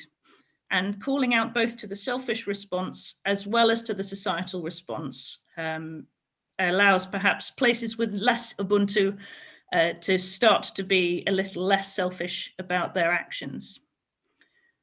We tend to try to explain how different vaccines work in Wales. We've tried very hard, rather than to say you must do this, to seek trust through community engagement, to reach out to community leaders, to ensure that our communications are culturally tailored, and to work with communities to ensure that the communications are easy to understand, and also to make sure that there is easy access and convenient access to vaccines. And that means in some cases, bringing vaccination to people's homes or to their community centres, to mosques, to churches, to wherever they need to be in order for people to feel safe when accessing a vaccine. And so my group, the Technical Advisory Group, and SAGE, which is the UK advisory group, we try to publish everything, whether it seems good or whether it seems bad. So we have published the data on the poor vaccine uptake in different ethnicities with different incomes, because it's important for people to see what is happening. We also use all of the data linkages we have to be able to identify when there's a concern. So for the recent AstraZeneca concern, we did a quick check to identify whether any cerebral venous sinus thrombosis was recorded, whether the blood clots in the brain had occurred at all. And just speaking to the Pakistani colleagues' concern, one of the things that we started identifying as early as December 2020 was the surprising number of medical health professionals who were taking the vaccine, being told that it would take at least 2 weeks, if not 3, before they became even partially protected, who were then going out 2 or 3 days after their vaccine to see family, to celebrate, and then turning up 10 days later in hospital saying, I don't understand it, I had the vaccine, why didn't it work? So it's disappointing to note the number of people whose overriding desire to socialize completely bypasses the rational understanding of how an immune response works. And when somebody else does it better, we are very, very happy to take them on. We publish everything, and we're happy to share with anybody on this call or who wishes to reach out to give them access to the files that we've published.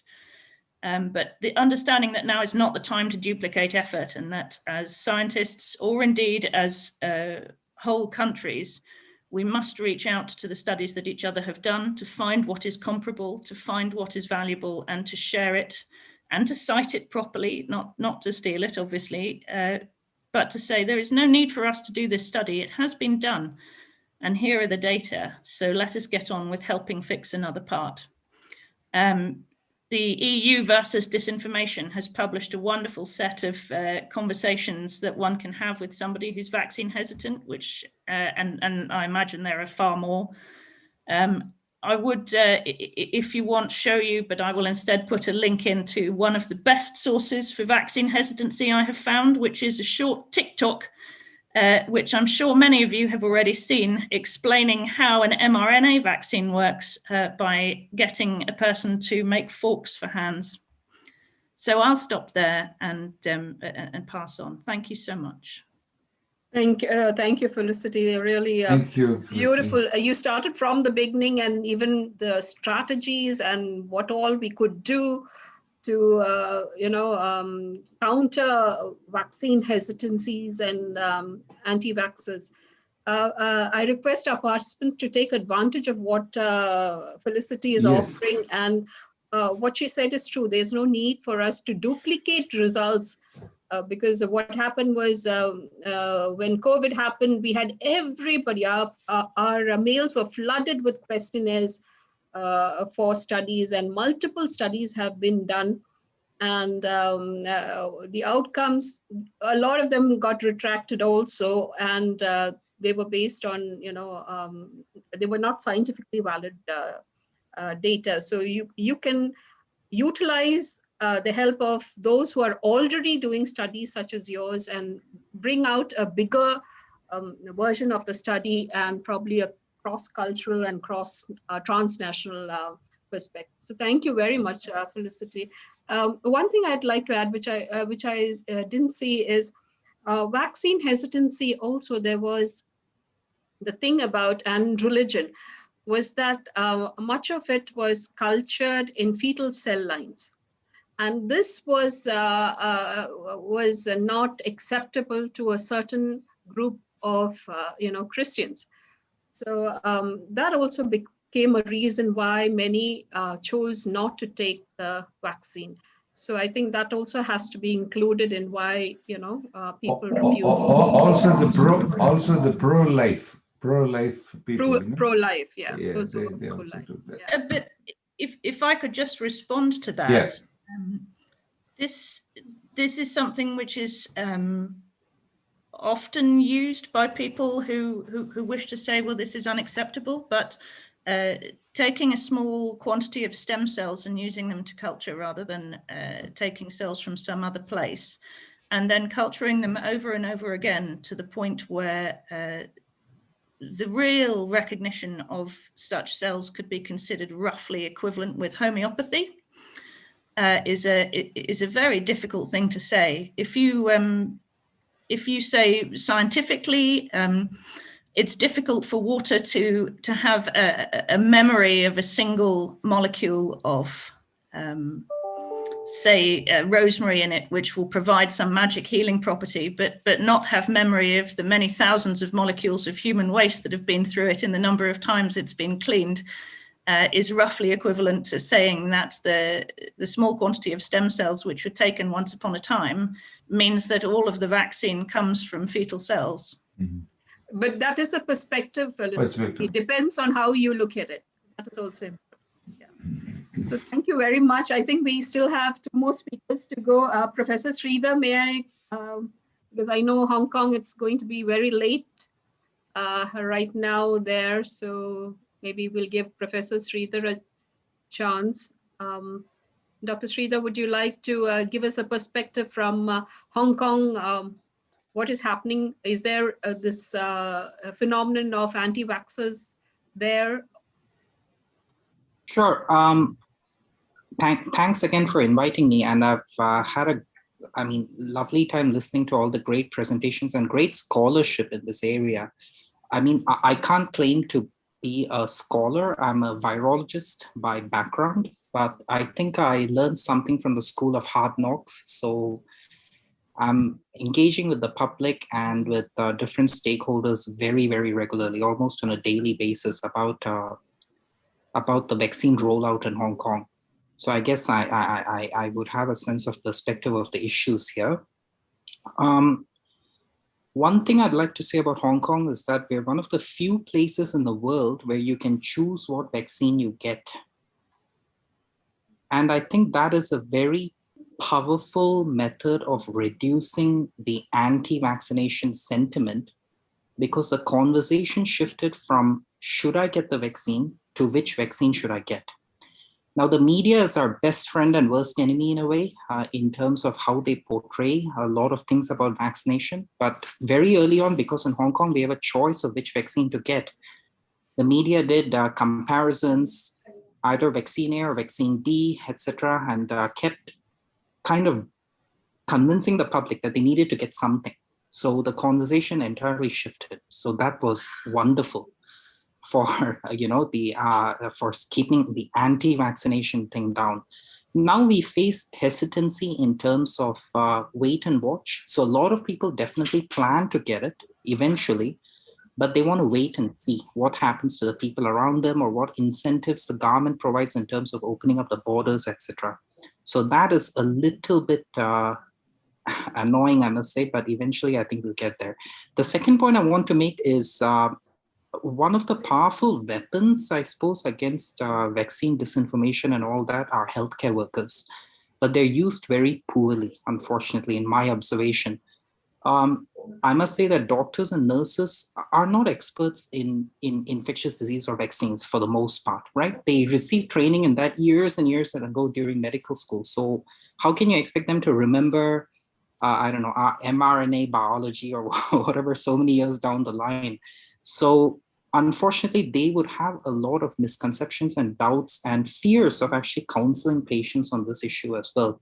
So that is something that we have to deal with, and we have to acknowledge that healthcare workers, we often ignore them because we think they're highly educated, professional, this is their area, and they know what the right thing to do is. But I mean, I've encountered so much hesitancy among healthcare workers, honestly, and you can't blame them. And this is a key group to reach out. The last thing I'd like to say is pick your battles. So I'm quite active on Facebook and Twitter. That's where you got to engage with people. Honestly, I mean, traditional media has its role, but it's gradually fading. So I try and pick my battles on Facebook and Twitter. And basically what I notice is that there is a class of thoughts, like crazy conspiracy theories out there, and honestly I don't engage. It's impossible. You never win those arguments, and half the time the people on the other side is a troll. So I don't want to get trolled, so I don't engage. But sometimes you do see an area where you can make a difference. For example, I encountered a case where a so-called PhD in immunology was he'd actually opened his own supplement shop in Hong Kong, and he had put up a so-called educational video on COVID-19 vaccines with all kinds of nonsense in it. But he was speaking so professionally in front of a whiteboard, and it looked very official. But actually the content, it sounds impressive to lay people, but to me, I knew it was complete nonsense. So I took him down on Facebook. So I said, this person has put up a video. It has 30,000, 40,000 views. It's disinformation, and these are the reasons why. That blew up.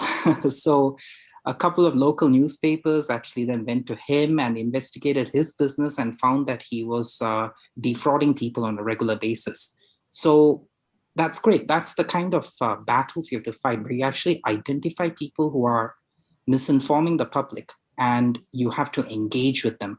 And we don't do enough of that in Asian society because face is so important here. Yeah. So if I see someone and if I challenge them directly, it is anathema in Asian society. They do not like that. But when it comes to this and when it's people's lives at stake, I mean, I've got to take those steps. So that's part of what I've learned in this very interesting journey, and something that I wasn't trained to do, but it's definitely been an education that I'll remember forever. So Thank you. Thank you, Dr. Sridhar. Thank you. The media, like you said, is like we don't know how it'll, whether it'll backfire or not. But surprisingly, in all this, we've never seen any of the Hollywood actors or Bollywood actors coming in and showing that they had the vaccine. Because I feel probably if they come out more than the politicians, right, probably we'll have more people taking the vaccine. This is what, I'm sorry, the electricity has gone off, but not to worry. So I thought you suddenly became dark. No, don't worry. Okay. So I think that would also help, because if celebrities can push the vaccine, then people tend to believe more that they are they're like us, so they've taken the vaccine. So I think it is a good thing.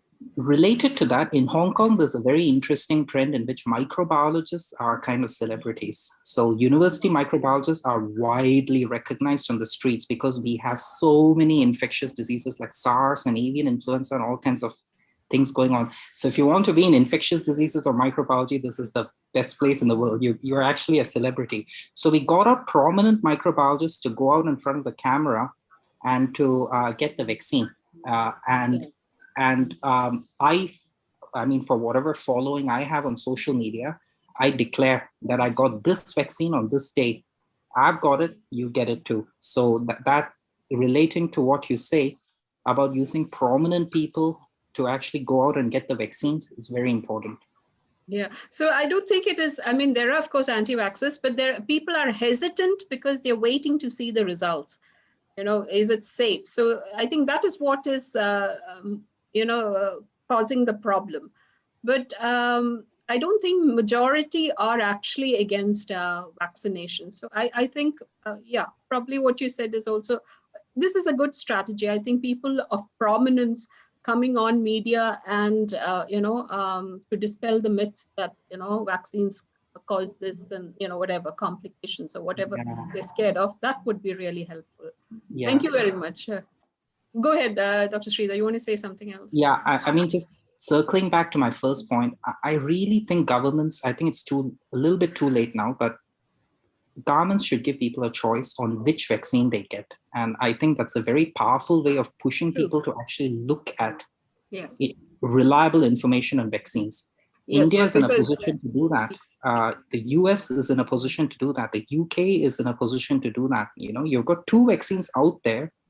Just give people a choice as to whether they want to get vaccine A and B, and they won't think about C, that is getting no vaccine at all, as an option. So I think that's the kind of psychological push. But yeah, I think that, no, that's good, because in a way you're giving the choice to them, so they feel powerful and in control.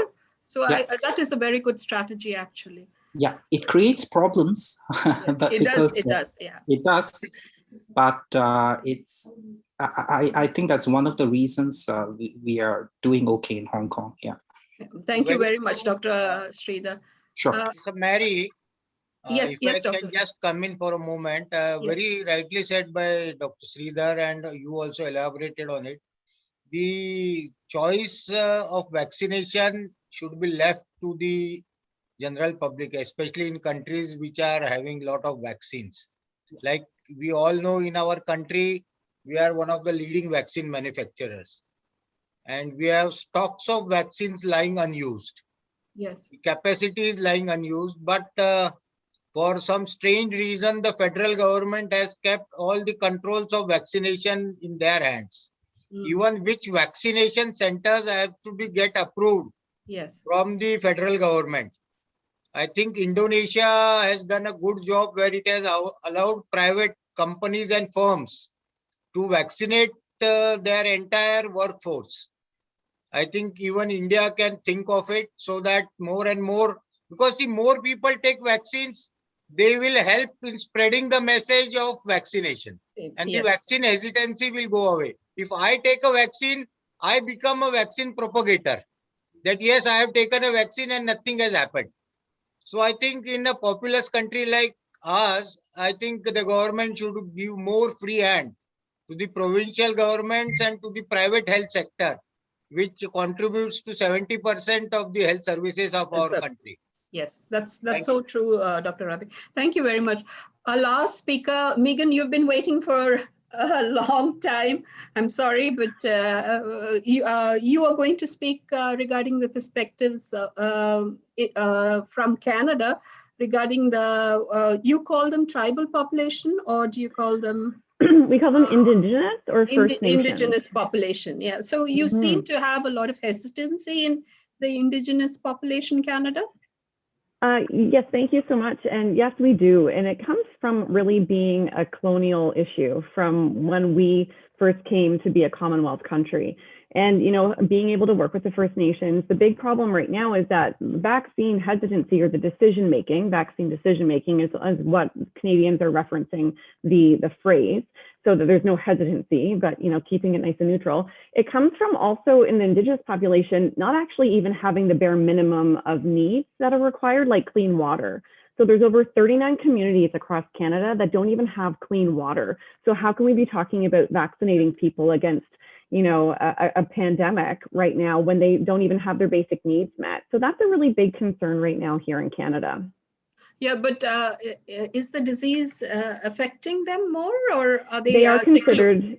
Yeah, they are considered to be part of the concern because of the four main problems that we have when it comes down to any diverse group within our melting pot of Canada. Income, housing, your occupation, right, as well as habits. And those are the four main concerns with all of our diverse communities that we have throughout Canada. And when you have people who, like we mentioned, in all different countries who have to go to work, they are exposed highly, right? Or if they have low income and they have to go and shop as opposed to ordering online and being able to drive in a car and pick it up. Like those are, first world luxuries that we have in mainstream Canada. But then when you go rural and you go northern, people have to fly in their groceries and people have to, maybe don't have a mask or maybe don't have access to masks. And here as a federal country, we do require masks everywhere. Like that is our mandate across all provinces, which is for good or ugly. It's, it saves lives, and that's what the messaging is. But when you also in those rural communities don't have access to internet, like that's how our world is done these days. Like look at us all here connecting over all these countries. It's so wonderful. People calling in on audio, that's all done on streaming. So if you also don't have any access to broadband internet, you're not going to really know what's going on, nor are you going to be supported to have those accesses to social media that's going to provide you with information, whether it's fake news or not fake news. They don't have that. So, we're working with bigger issues there. Do they have any religious myths or, cultural myths that is against vaccines?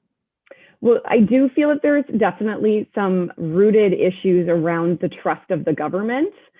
Because of what happened with our residential schools and the whole removing people from their homes and giving them a reserve. Like the reserves that our Indigenous populations live on were supposed to be a short-term fix, and now that's supposed to be their home. So when the government recommends, and we have a great healthcare system here in Canada, but when we recommend vaccines, there is a definite feeling of distrust amongst the Indigenous population.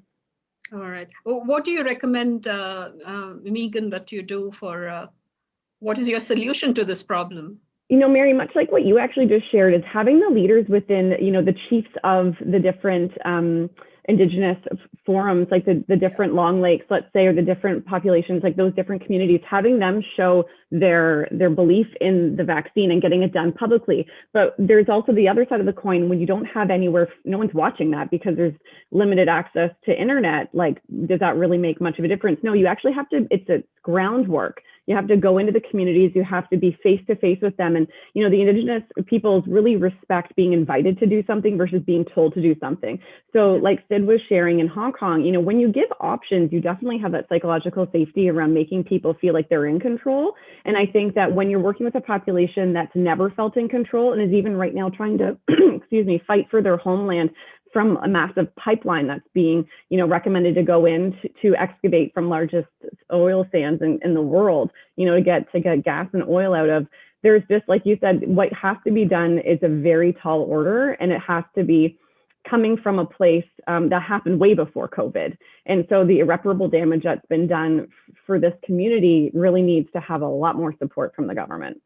Okay, so this probably is also the same issue in India, where if we go into the rural areas, we'll know exactly, what are their views on vaccination. Because right now here in India, we're still at 60s, people below 60s who are getting the vaccine. So when we go into the population is really the test for us into the rural areas. So I think the problem is, nearly. There's a spectrum always, yeah. Thank you, Megan. Thank you. Thank so you. I think one minute, but I think Megan, what you're saying is similar in Australia, very similar to when I used to work for the indigenous or the Australian out in the outback, and I think the same issues arise there in terms of availability and so forth. Mainly, you were just saying when it goes to rural. So at the moment, 60s, the rural people are not allowed. It's only in the city, is it? That it's no, they are allowed, but I'm not sure whether it has reached the rural population. Dr. Ravi may be able to answer, because we are seeing only the elite group of people here. No, there is no rural or urban distinction in the age groups now, where people above 65 and people above 45 with certain comorbidities are allowed vaccination. In fact, surprisingly, in the rural area, vaccination infrastructure is much better. Yes, because of the public health the government centers. health infrastructure for vaccination for other programs is very well in place, and vaccine acceptance is much better even in rural areas, where once they know one person from the village takes a vaccine, they feel it is a good thing. They don't have much of doubts like what we elite have. Yeah, that's true. If the village head takes it, then probably that is. Everyone will take it. Yeah. Yeah, that's right. So I think we're running out of time. Just one word I'll get from all our speakers, starting with Professor Heidi. Professor Heidi, your last words before we conclude the session. Sure. No, so it's been really fascinating listening to everyone. And yeah, I don't know if I have any last words. I think perhaps just some of the comments that other people have been making about, I think one of the things that we've all learned in this virus is about the value of learning from and sharing with each other. So just to say thank you for the platform and the opportunity to learn and share with all of you. I think if anything, it has broken down those silos that we've tended to all live in, whether that's in our discipline or in our countries. So thank you very much for the opportunity. Thank you. And for the Ubuntu principle that you brought in, that, I am because you are, that is a beautiful principle. Thank you. Professor Igor? Yes, I would like to thank you very much for the possibility to talk at this conference. I learned a lot, especially from the comparison from the several countries that participated and showed data and different perspectives about this phenomena. So I would really like. Actually, Professor Igor, there are questions for you in the chat box, which there is no time to address. Dr. Tara Shalal has asked a question, which probably you can address it on the chat box. So there is a question for me. Okay, I will. Thank you so much, because this is the way we cut.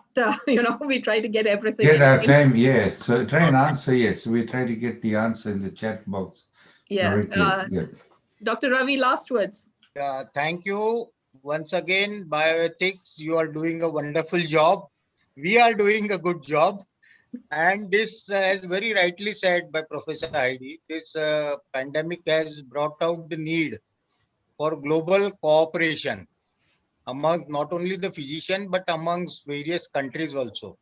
And what we should be looking at is more community engagement of the scientific people with the community at large, where then and then such conspiracy theories and hesitancies will go away. We tend to remain quite elitist, sorry to use that word, but the more we reach out to the common man, I think whatever disinformation campaign has to be countered by using the same social media platforms which spread this misinformation. Thank you once again. Yeah, I think Dr. Sridhar also said the same thing. That is, tackle. Yeah. Andrea, would you like to say a few words before we close? I mean, any suggestions? My biggest suggestion is going to be to listen to people and the stories that they're telling you. Please don't assume what their beliefs are, and also share your own stories, because those are so much more effective than numbers or any other kind of data we have out there.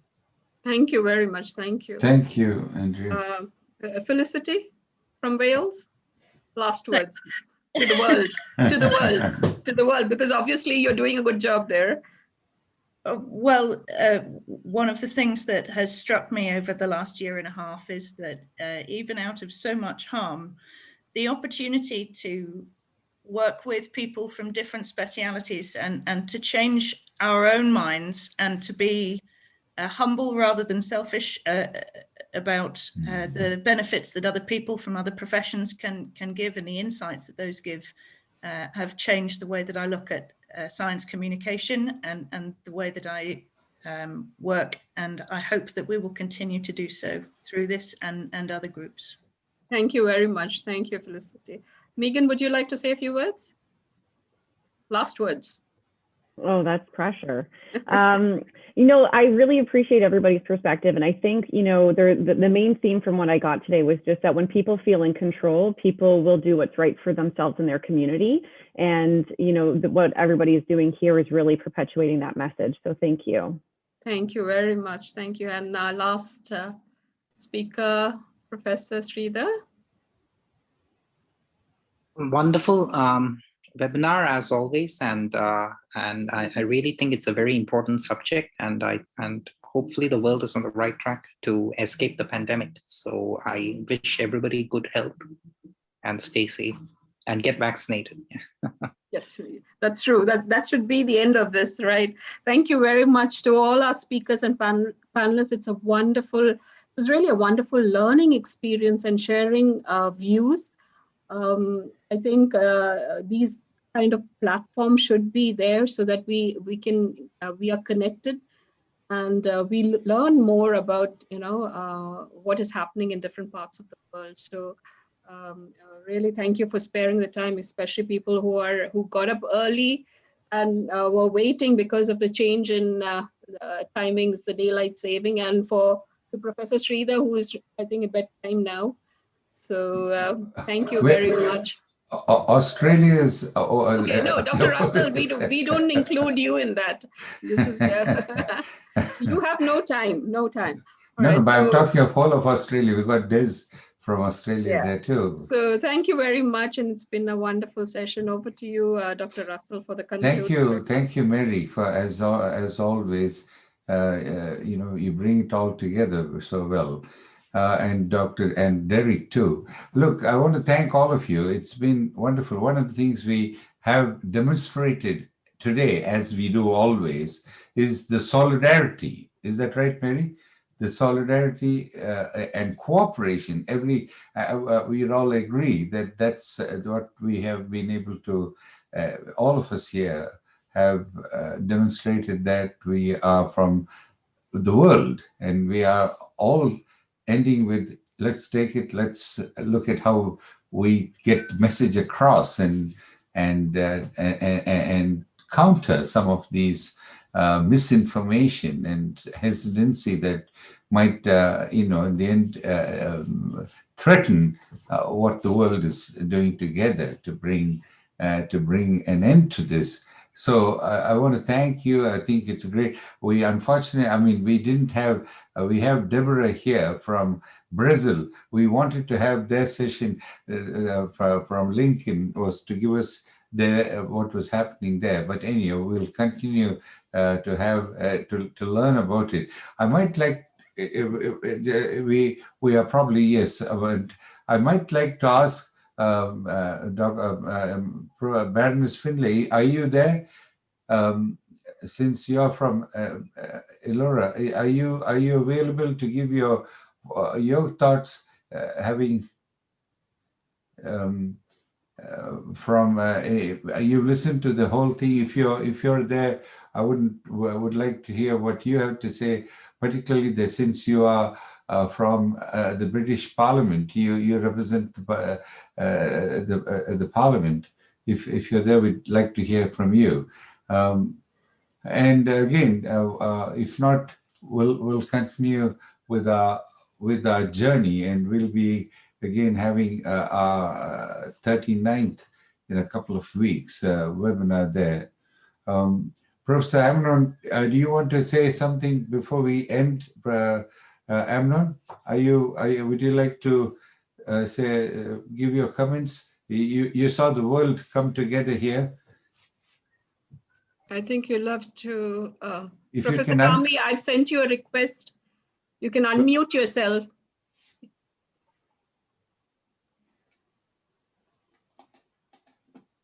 He's not able to unmute. We can't hear you. I've sent you a request to unmute. Yeah, now we can hear. Go ahead, Professor. I would like just to bless you for this very important contribution. Thank you. Thank you. Thank you, Amnon. Thank you very much. And okay, so once again, thank you all. We come together we'll continue to cooperate. We'll have you all again on. We'll probably repeat this after some months to see whether how we are progressing in this important issue and important area.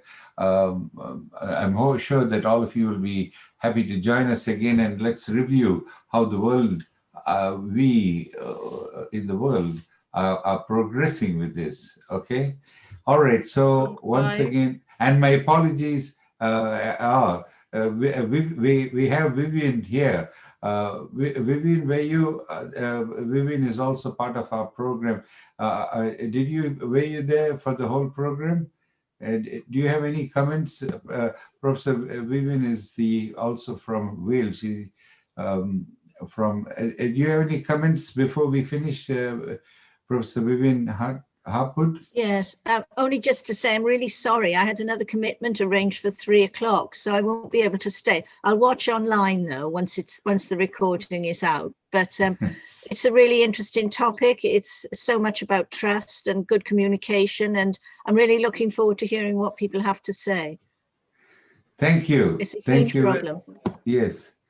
Thank you very much. So let's all stay safe and stay well till we stay vaccinated. And stay vaccinated. As we said, that's the final take-home message, that not only get vaccinated, but also counter the misinformation that might be there. Okay, and I think one take-home message that Andrea brought, intelligence, and what did you say, Andrea? We shouldn't take education and intelligence. Yes, education and intelligence. and also intelligence and thinking. Is that right? So I think that absolutely. Okay, thank you very much. That's a wonderful take-home message for all of us. Thank you very much. Yes. Thank you. Thank you very much. Thank you, everyone. Bye. Thank you very much. Thank you. Good night. Bye all. Bye-bye. Bye-bye. Bye-bye. Bye, Professor Kami. Professor, yes. Bye-bye. Thank you. Bye, Heidi. Congratulations. Professor Heidi. Be safe and well.